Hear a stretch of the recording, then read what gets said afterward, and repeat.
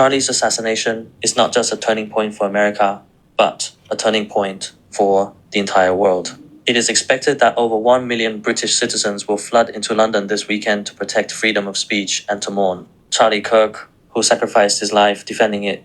Charlie Kirk had recently called on the British people in London to take back their country. The British are rising up. There's some kind of object that's suspended in the air. It's hard to tell. It's pretty small. I cannot see it outside of my eyes.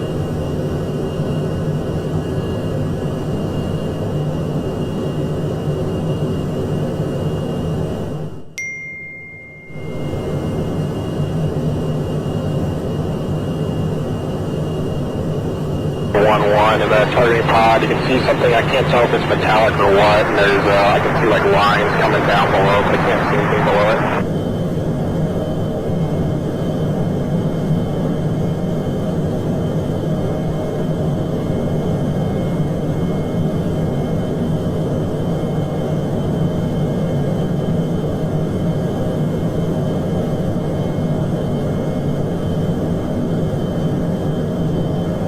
Pretty small, I don't know, size of like a four-wheeler or something.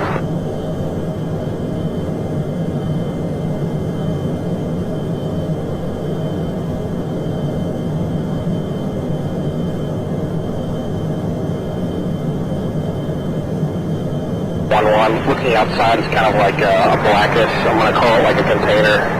I can't really tell though what the shape is. It's just so slow and so small, you can't see it because you're so close. I'd honestly be worried about hitting it before even knowing it was there.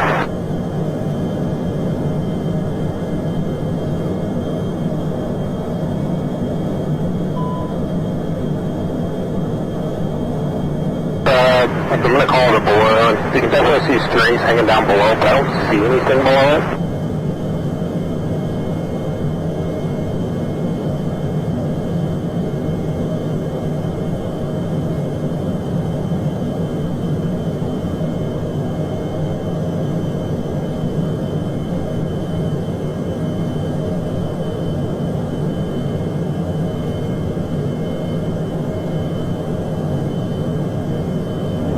A US military fighter jet intercepted a disc-shaped UFO over Alaskan airspace. Instead of hightailing it out of the area, the craft appeared to wait while the American plane circled and trailed. It's almost as if it were trying to establish some kind of contact with US forces.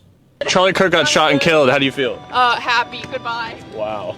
Did you see that Charlie Kirk just got shot and killed? That's good. Wow. That's good. That's good that people are getting shot just off a political view? Good that people are dying in America? Did you see that Charlie Kirk got shot and killed today? Yes, I did. How do you feel about that? I don't really have any feelings about it. Who are you? Charlie Kirk got shot and killed today. We're just getting people's opinions. How do you feel about that? Girl, someone had to do it. And that's how I feel at this point in time. But Yeah, I appreciate your honesty. I truly do. So you said someone had to do it. yes. Try not to get all pulled up into that, but he was a misogynist. He was a disgusting person with disgusting beliefs. So if you had a magical wand, a magical button that you could press and keep him from being assassinated, would you press that? No. I think things happen for a purpose. And if that's how his life was ended, then that's how it was ended. So. Do you know who Charlie Kirk is? Yeah, he's a who I'm like, yeah, he's an you know? I wouldn't wish it to anyone, but I don't think his political views are correct, you know? We're gonna step away from this because you're just trying to... Well, you let him talk. He wants to talk. What are you? I'm not talking to you. I'm talking to him. You know, Anyways. I love the right. I love the right. I love all of you guys. Thank you. In my opinion, I think they're going to flip it and say the other way. But I think the left has disputed so much hate and brainwashed so many people into doing stupid shit like this. But they're going to flip it and see how he was so hateful and he spewed all this hatred. You're almost going to say he deserved it. Yeah, they're going to say he deserved. I've already seen people. That's what I've seen. I've already seen people saying he deserved it. He spews all this hate, and they're going to say because the hate he spewed, he should have gotten that. It's a sign of, I think, what liberalism has done to U.S. society. It's just led to a complete moral decay and decay of morals and just any semblance of humanity. Like, you just degrade people because of your political opinions, but I don't know. I don't have much else to say on that. It's just the same old thing every time. After reading this tweet, I feel genuinely worried about where American society is heading. People are actually celebrating. Charlie Kirk's assassination proved that political polarization has eroded basic humanity and empathy. Social media accelerates these extreme reactions. Users egg one another on, turning someone's death into a punchline or a win. This culture is terrifying. If it continues, political rifts will widen, trust and safety will dissolve, and violence and hatred will become normal. In short, the whole atmosphere feels twisted. Everyone's bottom line has been trampled into the dirt. What I do know for sure is that, you know, Charlie was someone who once said, you know, guns save lives after a school shooting. Charlie was someone who was willing to debate and downplay the death of George Floyd in the hands of Minneapolis police. I think he called him a scumbag. Right, have no regard, downplay slavery and what Black people have gone through in this country by saying Juneteenth should never exist. And I think, you know, there are a lot of people who are out there talking about him just wanting to have a civil debate. Complete rewriting of history. Yeah, there is nothing more effed up, you know, like than to completely pretend that, you know, his words and actions have not been recorded and in existence for the last decade or so.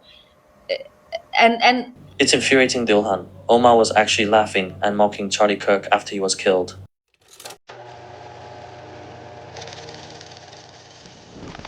We're active in about 15 campuses, and we're growing very, very quickly. And keep in mind, this is not just a flash in the pan movement. We're going to become an institution to give them the power and the confidence to stand up and let their voice be heard. I started this organization when I was 18 years old. I decided not to go to college. I didn't get in my dream school, which was the United States Military Academy at West Point. I have this idea to galvanize and motivate the future youth of this country around a core set of ideas, not just political parties or politicians. And the ideas are really: America's the greatest country in the history of the world, Constitution is the greatest political document ever written, and free enterprise is the most assured way to lift people out of poverty and create prosperity for all. Those are the three big ideas. And I think that's something that can win.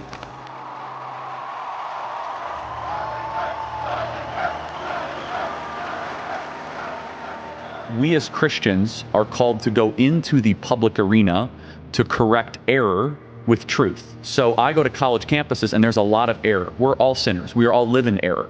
I'm far more interested in what God wants of me than what I want from God. I have to say this without getting emotional, but I'm very proud of my husband. And I know many of you are too. You have worked so hard. And I know a lot of you have seen, obviously, his videos on TikTok and all the stuff he does on campus, but no one gets to see him from my angle except for myself and our children.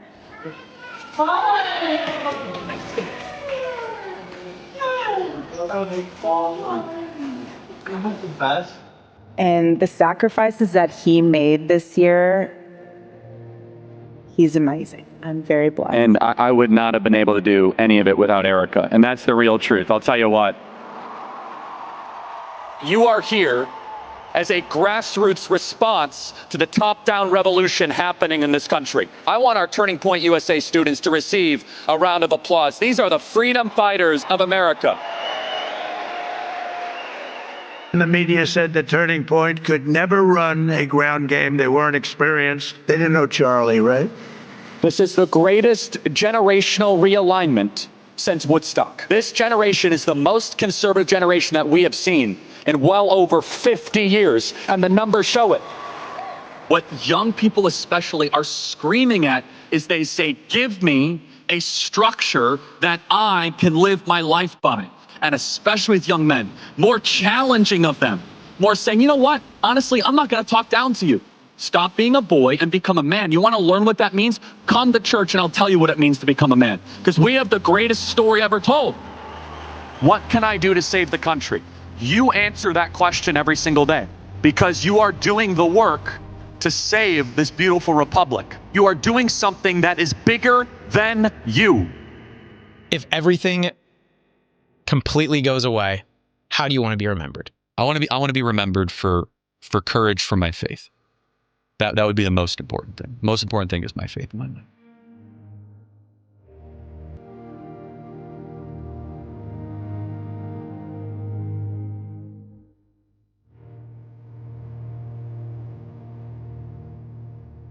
Turning Point USA released a heartfelt 3-minute 22-second video in memory of Charlie Kirk. American politics is so brutal, with Charlie Kirk murdered. All the beautiful futures and visions he embodied have turned to dust. A day after Charlie Kirk's murder, we're here at Georgia Tech University in Atlanta, Georgia, and the first thing I see when I come to the campus is the fall of the Trump fascist regime, beginning November 5th, 2025. RefuseFascism.org needs to be investigated. 2028 is way too late. Trump must go now. If you walk with me here, we have another sign. This is the scary part. The time has come for the fall of the Trump fascist regime, beginning November 5th. No, in the name of humanity, we refuse to accept a fascist America. All over the campus, similar signs. No, in the name of humanity, we refuse to accept a fascist America. RefuseFascism.org, followed by a sign that we already read. This is happening all over this campus. So you gotta ask yourself, when you see posters like this nonstop, what are they advocating for? Are they inciting certain events that we have seen recently? The time has come for the fall of the Trump fascist regime. The time has come.